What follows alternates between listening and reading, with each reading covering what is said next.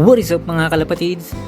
For today's video ay samahan nyo ako na magsalang ng kalapating ibibreed ko para sa ating kalapating Agila Batch 2. Dito nga sa video na ito ay babahagi ko sa inyo ang 9-step pigeon breeding guide na natutunan ko sa karanasan ng mga master ko sa pagkakalapate. Kasama na rin ang sarili kong karanasan na sinamahan na rin ng pagsasaliksik tungkol sa kung paano mag-alaga at magparami ng kalapate. So bali magpapakain lang ako saglit ng mga kalapate ko at uumpisahan na natin to. Disclaimer lang para sa lahat na there were no animals harmed during the filming of this video. I love my pets and I love my pigeons. I-share ko na rin nga pala tong diskarte ko sa pag-viewing. So meron ako ditong lumang cage at ang gagawin ko ay lalagyan ko siya ng isang YB and then gamit ang sungkit ipapatong ko to sa bubong namin kung saan nakikita rin niya yung loft kung saan siya nakatira. Ang isasalang ko palang kalapate ngayon ay crossbreed dahil wala naman akong choice. Dahil sa previous video ko ay nabanggit ko na parang nagkamali yung napagbilhan ko ng Serbian High Flyer dahil parehong babae yung pinadala niya sa akin. At ipinipilit niya pa na pares daw yun, na lalaki at babae. Pero hindi. Hindi siya pares at hindi rin siya babae at lalaki. Pero nandyan na yan eh. Napakahirap maghanap ng ganyang breed dito sa Pilipinas at medyo masakit din sa bulsa. Anyway, pag-usapan na natin kaagad ang 9-step pigeon breeding guide. Ayan, so bali ito yung ating checklist. Ayan. So ito yung step 1 hanggang step 9 at kung makikita nyo rito is color black. Ayan, so each step, kada step ay tatanggalin ko yung black nito dahil may nakasulat dito. Ayan, yung explanation ng pangalan ng steps. Ayan. So, pag-uusapan natin dito sa video na to, setting up your proper expectation, isolation from stock, conditioning, meet up, observation, incubation, handling, nesting, break, back to stock. Ayan. So, lahat ng yan ay mayroong meaning at naka-block lang muna sila. So, isa-isahin natin yan. Upisahin natin dito sa isolation from stock. So, ang ibig sabihin ng isolation from stock ay yan. Ihiwalay natin yung kalapate sa stock loft at ilalagay sa cage na wala siyang ibang nakikitang kalapate. So, yung hen, both hen at saka cock ay ilalagay natin sa isang cage na wala silang nakikita or hindi rin sila nagkakakitaan at wala rin silang ibang nakikitang kalapate mga dre. So, para masabik sila, ayan.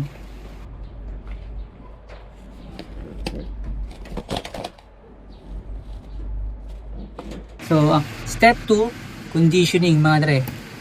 Ayan, ang ibig sabihin ng conditioning ay madali naman ito maintindihan. Iko-condition natin yan. Iko-condition ang kalapate para maging maganda ang resulta sa pagpapalahi ng kalapating napili nyong i-breed. Ayan, so, yun.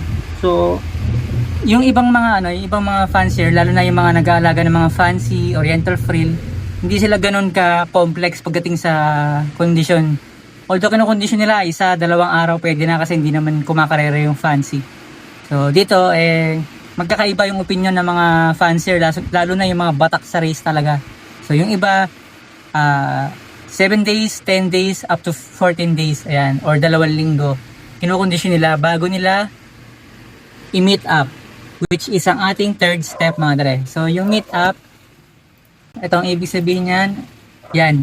Ilalagay ang kalapating gustong pagparisen sa isang malaking kulungan. It's either malaking kulungan para kapag hindi pa pag hindi pa ready pumaris yung babae is makakatakbo siya. And kapag nakatakbo yung babae, minsan titigil naman yung cock or yung lalaki sa paghahabulan. So mas maganda may matatakbuhan yung babaeng kalapate. Pero 90% mga dre, kapag hiniwalay mo ng 5 hanggang 10 araw yung kalapate at nasa tamang edad naman yung kalapate, paniguradong unang kita pa lang yan mapababae o lalaki, hen or cock, matik magpapapares yan basta nasa tamang edad kahit hindi nakakondisyon. So kinokondisyon lang natin siya, ginagawa lang natin yung step 2 para maging maganda yung resulta mga dre yung ating pagbe-breeding. So kung nakikita nyo na madalas magbugbugan, pwede nyong lagyan ng screen na harang para nagkakakitaan lang sila. Pero marami talagang nakapagpatunay na kapag hiniwalay mo ang kalapate, wala siyang ibang nakikitang ibang kalapate na opposite sex niya, talagang matitigang yan mga dre. At kapag nakakita yan ng barako or ng inahin, talagang papares yan sa tamang, kapag tama na yung edad niya. So ano nga ba yung edad na talagang pares na talaga? So para sa akin, pinaka-safe na yung 1 taon pataas mga dre. So ito na tayo, dito tayo sa step 4 mga dre. Yan. Observation. So obserbahan mo kung pares na ba talaga yung kalapate, kung nagsusubuan na sila ng bibig, nagpapatungan na, bembangan. Ayan. Nagkakamutan. So yun. Matapos ang ilang araw na pagsamahin, lagyan mo agad ng pugad para ma-motivate ang mga kalapate. So kadalasan, pag pinagsama mo sila sa isang kulungan, obserbahan mo kung nagkakamutan na sila, kung pares na sila, naglalambingan na sila. And then, lagyan mo na kagad ng, lagyan mo na kagad ng pugad. So, it's either nasa mangkok or Tupperware na may buhangin, or paso na may buhangin, may dyaryo. Or yung iba naman is yung traditional, tuyong dahon, tuyong sanga na maninipis. Pwede yun. At kapag nakita yung barako ng paso or ng pugad sa loob ng kanilang kulungan, ay mamomotivate yung barako na talagang magpakabarako talaga or pumatong dahil may nakikita siyang pugad. At madalas mapapansin nyo, yung lalaki ang humihiga sa pugad, di ba baliktad, no? So yun, humihiga yung lalaki, yumuyo yung lalaki sa pugad at lalambingin naman nung babae or inahin yung cock or yung lalaki. Ibig sabihin, yun, parang yun na yung communication nila na yun na, confirm, yun yung gagawin nilang pugad. Or nare-recognize nila yung pugad na nilagay mo bilang pagpupugaran ng kanilang mga itlog or YBs. And then step 5 naman tayo mga dre, incubation.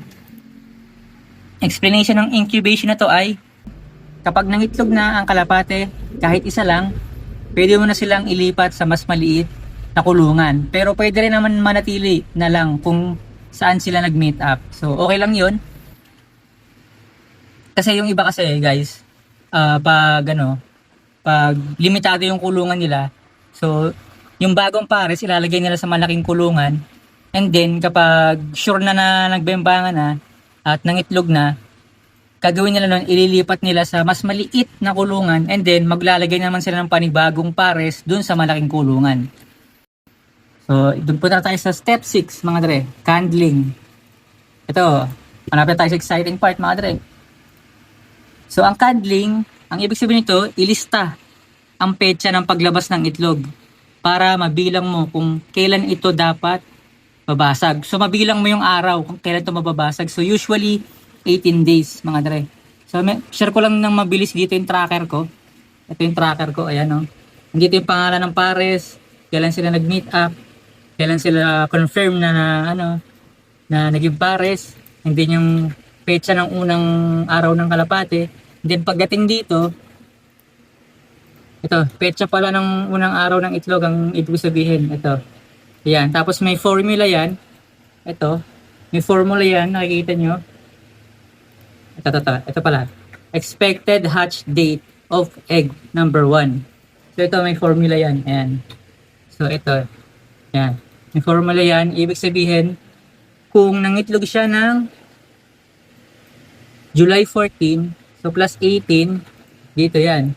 Yan. So, yan yung expected date mo. Yan. So, maganda, ilista nyo yung, pwede kayo maglagay ng papel sa cage. Pwede kayo maglagay ng papel sa cage para isulat nyo kung anong araw ng itlog. Yung unang itlog. And then yung pangalawang itlog, kung nyo rin kakalimutan, isama rin. Tapos, ayan. Kada 3 araw, ilawan ang itlog sa madilim na lugar para malaman kung fertile na ang itlog, mga dre. Ayan. So, yun. Para malaman yung kung anong itsura ng fertile na itlog, ito papakita ko sa inyo. So ito guys, pwede nyo gawing halimbawa to. Pwede nyo gawing halimbawa tong picture na to. Screenshot nyo na lang or i-search nyo sa Google, makikita nyo yan sa Google. Ayan, so Pwedeng tigda 2 araw or tig 3 araw. Ayan. So, pag nakarating na kayo dito guys sa day 10, may tendency pa rin na hindi tumuloy hanggang day 12, day 14, hanggang day 16. Ako kasi, sinubukan ko, nung day 10, tinignan ko ganito na yung itsura niya. Tapos hindi ko na siya tinignan the following days. So, na-reject pa siya, guys. Na-reject pa siya. Ayan. So, balik ulit tayo doon sa ating mga steps. Balikan natin. Step number 7, mga dre. Ayan. So, ito yung nesting. Tinatawag na nesting. Ayan. Kapag napisa na ang itlog, pwede mo ulit painumin ng mga supplements ang mga magulang ng YB para maipasa rin ng nutrition sa kanilang mga YBs. Yan nga. Bigyan din ng Anli breeder mix at plain water para Anli din ang pigeon milk at iwas bansot. So, dito inindicate ko na breeder mix kasi yes, pwede yung breeder mix, pwede yung mga whole grains at di mo na kailangan na magpakain sa kanila ng mga pellets na mabilis matunaw kasi ang parents nila ang magtutunaw sa breeder mix or sa mga whole grains at ang pinapakain talaga nila sa kanilang mga YBs, mga baby birds ay pigeon milk, mga dre. Pigeon milk. Sila na yung bahala magproseso nun. At dahil nga na-condition mo yung kalapati mo is paniguradong maganda yung digestion nila kasi nga kinondisyon mo sila. Ginawa mo yung step 2, mga dre. Ayan. So ito na. Step 8 na tayo, mga dre. Break. So ito, madali lang intindihin to pero explain pa natin ng mas yan. So yan, step 8. Break. Yan. So kapag 30 days old na ang YB at kaya ng tumuka ng grains or kaya ng kumain para sa sarili niya, pwede na paghiwalayin ang pares na kalapate. Huwag mo munang ibalik sa stock loft kasi paniguradong magbubugbog sila kasi nga ilang araw din or ilang buwan, mahigit 1 buwan silang nawala doon sa stock loft. So magiging territorial yung mga kalapate doon. So kailangan nilang makarecover galing sa pagsusubo kasi nga iba rin yung pakiramdam ng kalapating nagsusubo. Hindi sila ganun kalakas para makipagsabayan at para makipagsabayan sa stock loft kasi nga pag stock loft halo-halo yan mga dre. Pero kung hindi naman ganun karaming kalapati mo, pwede mo naman silang isolo cage. Ayan. Pero ito, diretso na tayo sa step 9, mga dre. Back to stock. Ayan. Sobrang dali na lang intindihin ito. Ayan. So back to stock. Kapag medyo masigla na ang kalapati at feeling mo kaya naman na nilang makapagsabayan sa ibang kalapati sa stock loft, pwede mo na silang ibalik sa stock. At yun. Yun na. Yun na yung ating 9 steps. Yan na yung ating checklist sa pagbe-breeding, mga dre. At ito ay aprobado ng mga tropa natin na niloloft visit natin. At mga malulupit din na breeders and fanciers sa aking TikTok page, mga dre. Ayan, so sana may natutunan kayo. Pwede nyong hiramin tong program ito, walang problema. Ayan, basta wag makalimutan mag-like, comment, and subscribe para mas malupit.